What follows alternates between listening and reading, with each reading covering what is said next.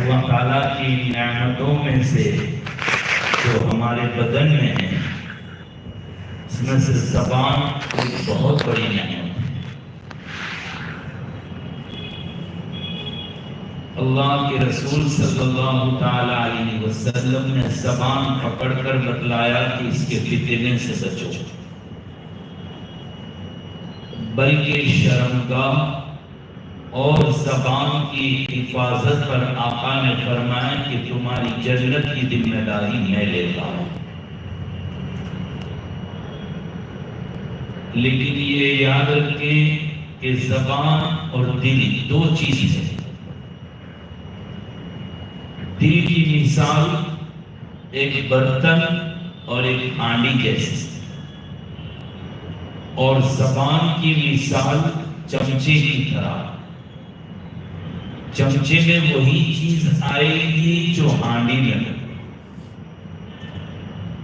اس لیے اپنے دل کو صاف کرنا ہے تاکہ زبان صاف ہو جائے۔ اللہ کے نبی صلی اللہ تعالی علیہ وسلم نے زبان کی حفاظت کو بہت الگ الگ انداز میں سمجھایا ہے۔ بزرگوں کا یہ کہنا ہے کہ جرمہ صغیر و جرمہ کبیر، کہ زبان کا قد بہت چھوٹا ہے، اس کی سائز بہت چھوٹی ہے، لیکن اس کے کارنامے بڑے ہیں۔ ایک لمحے میں آدمی کو جنت کا حقدار بنا دیتی ہے تو دوسرے ہی لمحے انسان کو جہنم کا مستحق بنا دیتی ہے۔ اس زبان سے نکلنے والے کچھ گناہ ایسے ہیں کہ جو لمحات میں، سیکنڈ میں آدمی کے نیک اعمال کو برباد کر دیتے ہیں۔ جیسے سوکھی لکڑی وہ اور سوکھی گھاس کے تنکے آگ پکڑ لیتے ہیں جلدی، ویسے ہی زبان سے نکلنے والے گناہ جو ہے نیکیوں کو تباہ و برباد کر کے رکھتے ہیں۔ ہمیں یہ چیز کو دھیان میں رکھنا ہوگا کہ نیکی بہت محنت کا کام ہے۔ نیکی ہم کئی مرتبہ سوچتے ہیں لیکن موقع نہیں ملتا۔ ہمیں اپنے من کو منانا پڑتا ہے اور بہت ہمت اور محنت کے ساتھ نیک کام کرنا پڑتے ہیں۔ اور ہم سب اپنے آپ کے متعلق جانتے ہیں کہ مجھ سے دن بھر میں کتنے نیک کام ہوتے ہیں۔ اللہ نے جتنا حکم فرمایا، نبی کریم صلی اللہ تعالی علیہ وسلم نے جتنی تعلیم دی، ہم اس پر کتنا عمل کرتے ہیں یہ خود تو ہمیں ہی معلوم ہے۔ لیکن جس طریقے سے دودھ کا برتن بھرا ہوا ہو، نیمبو کے 2 قطرے اس کو برباد کرنے کے لیے کافی ہے، اسی طریقے سے نیک اعمال جو بڑی محنتوں کے بعد وجود میں آئے اور ہم نے کیے ہیں، چھوٹا سا عمل، چھوٹا سا گناہ، چھوٹی سی حرکت ہماری نیکیوں کو آگ لگا دیتی ہے، جلا کر خاک کر دیتی ہے۔ تو زبان کے ان گناہوں میں سے ایک بڑا گناہ غیبت ہے۔ جیسے زنا اور حرام کاری بڑا گناہ، اسی طریقے سے سود کا اور بیاج کا کھانا ہم اس کو حرام سمجھتے ہیں کہ یہ بھی حرام، زنا بھی حرام، چوری کرنا یہ بھی حرام، لوٹ پھاٹ کرنا، کسی پر ظلم کرنا، کسی کو مارنا پیٹنا، ہم سب لوگ اس کو گناہ سمجھتے ہیں۔ لیکن غیبت ایک ایسا عمل ہے کہ جو ان سب سے بڑا ہوا، اور یہ بھی حرام ہے، یہ بھی اتنا ہی خراب ہے جتنا خراب سود کھانا، یہ بھی اتنا ہی خراب ہے غیبت کا کرنا، اتنا ہی برا ہے جتنا کہ چوری کرنا، بلکہ کبھی کبھی تو یہ غیبت اس سے بھی آگے بڑھ جایا کرتی ہے۔ اس لیے نبی کریم صلی اللہ تعالی علیہ وسلم نے اور اللہ تعالیٰ نے اپنے کلام پاک میں غیبت جیسے گناہ سے بہت شدت کے ساتھ روکا ہے۔ قرآن کریم کا انداز اور تیور لب و لہجہ بدل گیا ہے اس بات میں۔ غیبت کے متعلق قرآن کہتا ہے کہ وَلَا يَغْتَبْ بَعْضُكُمْ بَعْضًا، او لوگوں تم آپس میں ایک دوسرے کی غیبت مت کرو۔ أَيُحِبُّ أَحَدُكُمْ أَن يَأْكُلَ لَحْمَ أَخِيهِ، کیا کوئی پسند کرتا ہے تم میں سے اس بات کو کہ وہ اپنے مرے ہوئے مردار بھائی کا گوشت کھائے؟ تم اس کو تو ناپسند کرتے ہو، پسند نہیں کرتے ہو۔ گویا قرآن یہ کہہ رہا ہے کہ غیبت کرنا ایسا ہی ہے جیسے مردار وہ بھی اپنا بھائی اس کا گوشت کھانا، نوچ کر کھانا۔ کوئی آدمی اپنے بھائی کے ساتھ کتنی لڑائی کیوں نہ ہو لیکن اپنے بھائی کے گوشت کھانے کو کوئی پسند نہیں کرے گا، وہ بھی مردار ہے۔ غیبت یہ اس سے بھی خطرناک۔ غیبت کے متعلق اس کو غیبت کہتے ہیں، پہلے وہ سمجھنا۔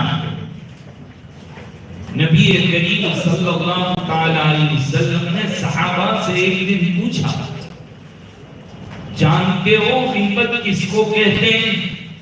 یہ میرے اور آپ سب نے سننے کے قابل، دل میں بٹھانے کے قابل۔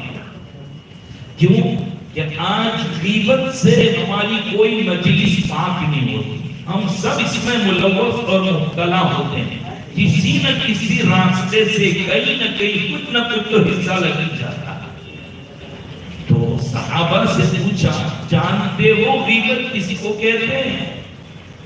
کچھ تو جانتے تھے صحابہ، کیونکہ اللہ کے رسول صلی اللہ علیہ وسلم کی صحبت ملتی تھی، مجلس نصیب ہوتی تھی، کچھ نہ کچھ تو سیکھا ہوا تھا۔ اس لیے یہ نہیں کہہ دیا کہ ہاں ہم جانتے ہیں، ادب کا تقاضا وہ بھی بتایا کہ اہل علم کی مجلس میں کیسے ہونا چاہیے، ان کو بتلانے مطلب ان کے سامنے اپنے علم کا اظہار مت کرو، بلکہ یہ کہ حضرت آپ بتائیے، ہم جو جانتے ہیں وہ بہت کم۔ صحابہ نے یہی جواب دیا، اللہ و رسولہ اعلم، اللہ اور اس کا رسول زیادہ جانتا ہے، ہم کم جانتے ہیں، لہذا آپ زیادہ جانتے ہیں تو زیادہ بتلائیے۔ ہمیشہ یہ عادت رہی حضرات صحابہ کی، کبھی بھی وہ بولنا شروع نہیں کر دیتے تھے، بڑے بڑے صحابہ موجود ہوتے تھے، جب تک کہ اللہ کے نبی کسی چیز کے متعلق سوال کر کے ان کو یہ کہتے کہ تم بتاؤ، پھر بھی وہ ڈرتے تھے، جواب یہی ہوتا تھا کہ اللہ اور اس کا رسول زیادہ جانتا ہے۔ تو آقا نے فرمایا کہ تمہارا کسی آدمی کی برائی، کسی آدمی کا ذکر ایسے کرنا کہ اگر اس کو پتہ چل جائے، اس کے سامنے کہا جائے تو یکرہو، وہ ناپسند کرے۔ کیا کہا؟ کسی کا ذکر اس انداز سے کرنا کہ اس کو پتہ چل جائے تو وہ ناراض ہو جائے، خراب لگ جائے اس کو۔ صحابی نے پوچھ لیا کہ میں جو برائی کروں کسی کی، وہ برائی اگر اس میں موجود ہو تو، دیکھو یہ بات سننے کے قابل، میں کسی کی جو برائی کرتا ہوں وہ برائی اگر اس میں موجود ہو تو اب اسی کا نام تو غیبت ہے، اور جو نہ ہو اور وہ کہو گے تو وہ تو الزام اور بہتان لگے گا، اور وہ اس سے بھی زیادہ خطرناک بات ہو۔ تو کسی کے اندر کوئی برائی ہو، کوئی خرابی ہو، ہم تو چاہتے ہیں کہ اس کی اشاعت کریں، اس کو پھیلائیں تاکہ وہ ذلیل ہو۔ ہاں اگر ہم نے اس کے باپ سے کہہ دیا، اس کے خاندان کے بڑے سے اس کی برائی کا ذکر کیا، اس کے استاد سے یا اس کے ذمہ دار سے کسی سے کہا یار فلاں وہ برائی میں مبتلا ہے، آپ اس کو سمجھائیں، تو یہ غیبت نہیں، اس پر ثواب ملے گا کہ آپ اس کو برائی سے روکنے کی ترغیب کر رہے ہیں۔ لیکن اگر آپ کا منشا اور مقصد بس برائی ہونی چاہیے، لوگوں کو پتہ چلے اور یہ لوگوں کے درمیان میں صحیح۔ چلو ہم نے تو یہ کر لیا، لیکن ذرا نبی کریم صلی اللہ تعالی علیہ وسلم کی زبان مبارک سے بھی سن لیں کہ یہ غیبت کسی کی برائی جو اس میں موجود ہے اس کی پیٹھ پیچھے اس کو ذکر کرنا، لوگوں کے سامنے بولتے رہنا کتنا خطرناک گناہ ہے۔ آقا نے کہیں فرمایا یہ بدترین سود اور بیاج ہے۔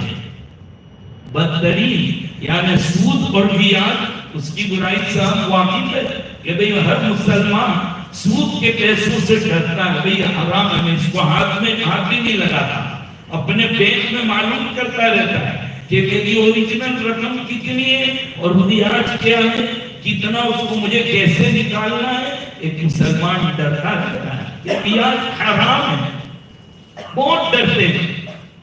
تو جب سود اور بیاج سے اتنا چونکتے ہو، اتنا ڈرتے ہو، تو آقا نے فرمایا کسی کی غیبت کرنا یہ بدترین سود ہے۔ اور سود کے متعلق فرمایا ہے، بیاج کے متعلق فرمایا ہے کہ سود کا ایک پیسہ کھانا اپنی حقیقی ماں سے زنا کرنے کے برابر، اپنی حقیقی ماں سے زنا کرنے کے برابر ہے۔ اندازہ لگائیے ہم غیبت تو نہیں کر رہے بلکہ کتنا بدترین جرم ہم لوگوں سے ارتکاب ہو رہا اور نکل رہا ہے۔ اور مصیبت یہ ہے کہ ہم اس کو گناہ سمجھنے کو بھی تیار نہیں ہے، بہت آسانی سے ہماری مجلس میں اس کا ذکر ہو جاتا ہے۔ ایک حدیث ہے، سند کے اعتبار سے اس میں کمزوری ضرور ہے، لیکن معنی کے اعتبار سے مفتی تقی عثمانی صاحب دامت برکاتہم العالیہ اللہ ان کو ہم پر سلامت رکھے قادر عافیت کے ساتھ فرماتے ہیں کہ یہ کیا ہے؟ قال اشد غیبت اشد من الزنا، غیبت یہ زنا اور حرام کاری سے بھی خطرناک چیز ہے۔ جہاں غیبت کا کرنا یہ حرام ہے، غیبت کا سننا بھی حرام ہے۔ حضرت ربعی رضی اللہ تعالیٰ ایک تابعی ہے، وہ اپنا ایک واقعہ نقل کرتے ہیں کہ میں ایک جگہ پہنچا، لوگ بیٹھے ہوئے تھے، میں جب اس مجلس میں پہنچ گیا جہاں لوگ بیٹھے ہوئے تھے میں بھی ان کے ساتھ بیٹھ گیا۔ میں نے دیکھا کہ کسی کی غیبت ہو رہی ہے، کسی کی برائی کا ذکر ہو رہا ہے۔ میں نے سوچا کہ نہیں تو گناہ میں مبتلا ہوں، میں اٹھ گیا وہاں سے چلا گیا کہ بھئی کیونکہ حدیث شریف سے معلوم ہوتا ہے کہ غیبت ہو رہی ہو تو میں تم میں طاقت ہو تو روک دو، کیا بس بند کرو، ہمارا کیا فائدہ ہے اس سے، اپنے اپنے کام کی بات کرو، اپنا وقت کیوں برباد کریں، سامنے والے مان جائے تو ٹھیک، نہیں تو آپ اٹھ کے چلے جائیے۔ تو تابعین کہتے ہیں، تابعین جنہوں نے صحابی کو دیکھا اتنے بڑے اونچے مقام کا، تاکہ میں اٹھ کے چلا گیا۔ تھوڑی دیر بھی میں نے سوچا کہ اب تو مجلس میں یہ بات ختم ہو گئی ہوگی، پھر میں پہنچ گیا۔ اب جب میں پہنچا تو پھر تھوڑی دیر بعد تذکرہ شروع ہو گیا، وہ غیبت کا، وہ برائی پھر سے شروع ہو گئی۔ اب میری ہمت کمزور ہو گئی تھی جو روکنے کی پہلے تھی کہ اٹھ کر چلا گیا، میں بیٹھا نہیں، اب کمزور ہو گیا، میں بھی بیٹھ پڑا، مزہ آنے لگا۔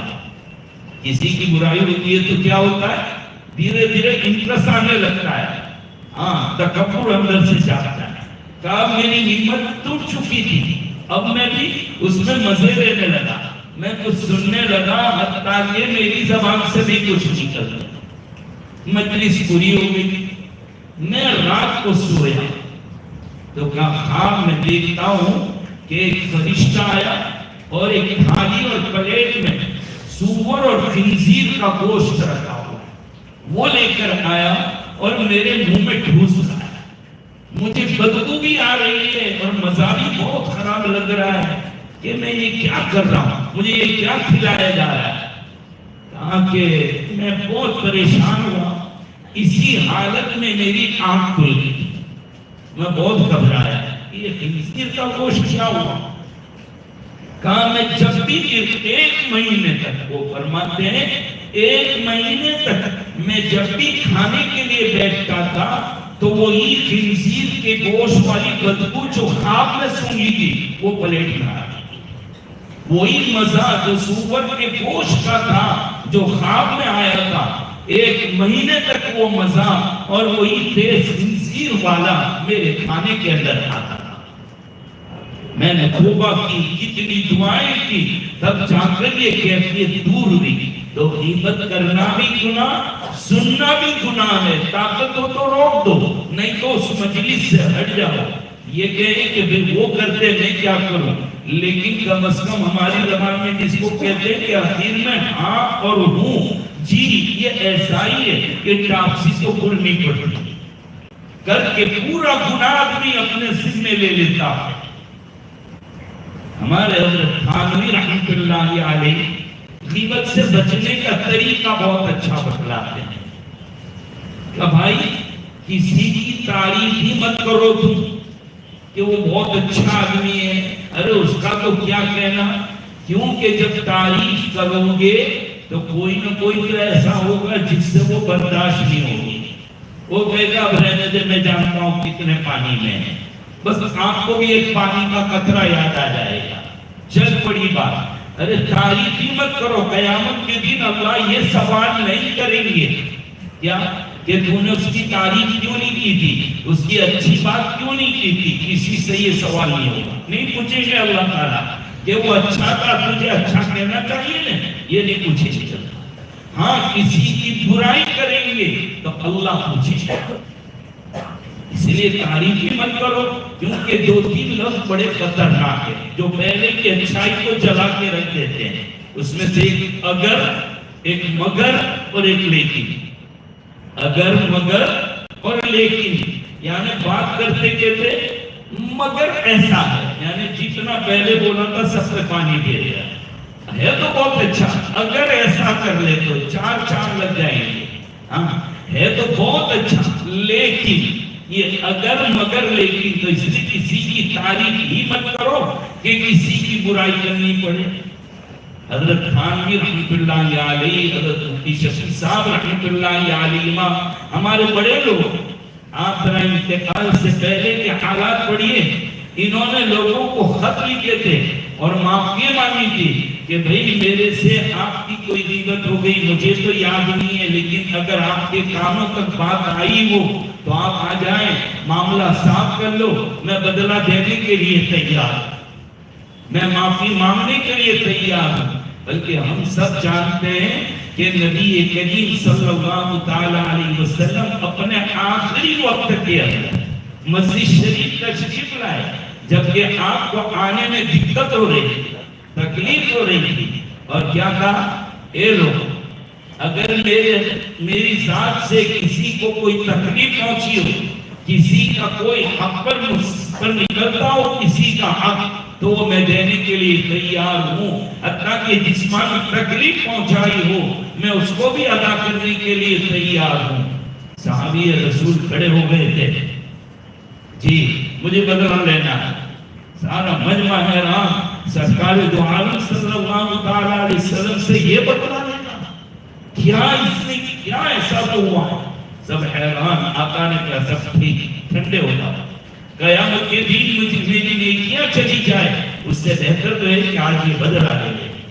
سارا مجمع حیران کہ جو جہاں کے سردار، انہوں نے اپنے آپ کو پیش کر دیا، وہ آئے اور کہا کہ جب آپ نے معاملہ کیا تھا میرے بدن کو، آپ کے پر میرے بدن پر کپڑا نہیں تھا، آپ بھی کپڑا ہٹا۔ یہ کیا ہو رہا ہے، نبی کے بدن سے کپڑا ہٹوا رہے، لیکن مجال نہیں ہے کوئی بولے، کیونکہ آقا فرما رہے کپڑا ہٹا دیا۔ اصل میں ان کا مقصد کچھ اور تھا، وہ مہر نبوت کو بوسہ دینا چاہتے تھے، لہذا یہ موقع تلاش کر کے چمٹ گئے اور مہر نبوت جو پیچھے تھی اس کو بوسہ دے دیا۔ میرے ماں باپ آپ پر قربان ہو، میری یہ جرأت اور ہمت کہ میں آپ سے بدلا لوں۔ تو یہ واقعہ یہ بتلاتا ہے کہ اللہ کے نبی صلی اللہ تعالی علیہ وسلم کو بھی بہت اس کی فکر تھی۔ حضرت تھانوی فرماتے تھے میرے پاس کوئی آتا ہے، کہ حضرت میں نے آپ کی برائی کی تھی، غیبت کی تھی، معافی مانگتا ہوں. کہا پہلے بتا دے کہ آپ کی غیبت کی تھی، میری کون سی برائی کا تذکرہ کیا تھا. حالانکہ یہ معاملہ بہت کٹھن ہے، سامنے والے کو جا کر ایسا کہنا کہ میری بھول ہو گئی تھی، میں معافی مانگنے آیا ہوں. تو حضرت دانی فرماتے میں پوچھتا تھا کہ بھائی اگر تو نے جو برائی کی ہے حقیقت میں میرے اندر ہے وہ، تو میں اس کی اصلاح کر لوں گا، اور نہیں اور تو نے کر دیے میں معاف کرنے کے لیے تیرے کو تیار ہوں. اسی لیے اللہ کے نبی صلی اللہ علیہ وسلم یہ حقوق العباد میں سے ہے، سامنے والے سے معافی مانگ لو. ہاں اگر اس کو پتہ چل چکا ہے کہ غیبت کی ہے تب تو معافی مانگنا ضروری اس سے، اور اگر اس کو پتہ نہیں چلا ہو تو پھر اللہ تعالیٰ سے معافی مانگ لو کہ اللہ اس کو معاف کر دے، اس کو ترقی عطا فرما، میں نے اس کی مولا غیبت کی ہے. آخری بات سن لو، غیبت کرنے سے ہوتا ہے کیا؟ آٹومیٹک معاملہ ٹرانسفر ہوتا ہے. ہمارے پاس کچھ نیکی ہے، میں نے برائی کی ہے تو وہ برائیاں سامنے والے کے پاس چلی جائیں. ہمارے حضرت لاہوری رحمۃ اللہ علیہ وہ یوں فرماتے تھے کہ برائی کرنا تو اپنی ماں کی کر لے. حضرت ماں کی کہا ماں کے احسان ہے بہت ہے، کچھ دیا ماں کو. کہا نہیں، اے ماں کی برائی کرے گا نا تو تیری نیکیاں تیری ماں کے پاس چلی جائے گی. کہا ماں کو کہیں کو دوں تو بیوقوف ماں کو دینے کو تیار نہیں، اور جس سے دل میں نفرت ہے دشمناہٹ ہے اس کو اپنی نیکیاں دیتے. یہ سمجھ کر چلیں تو نیکی کو برباد کرنے والی چیز یہ غیبت ہے، یعنی کسی کے اندر جو برائی ہو اس کی پیٹھ پیچھے اس برائی کو کرنا یہ بہت بری بات ہے. ہم کبھی کبھی کہتے ہیں میں ڈرتا نہیں ہوں، میں تو سامنے منہ پر کہہ دوں. اب کیا تو سامنے منہ پر کہہ سکتے ہو تو پیٹھ پیچھے کرنے کی اجازت؟ بہت بڑا حرام کام ہے. ہم حرام کاری، زنا، سود سب کو بڑا گناہ اور حرام سمجھتے ہیں، یہ بھی ابتدائی برا ہے. اللہ میری اور آپ کی حفاظت فرمائے، غیبت سے اللہ نفرت نصیب فرمائے، کئی سنی باتوں پر مجھے اور آپ تمام کو عمل کی توفیق نصیب فرمائے. وآخر دعوانا الحمدللہ.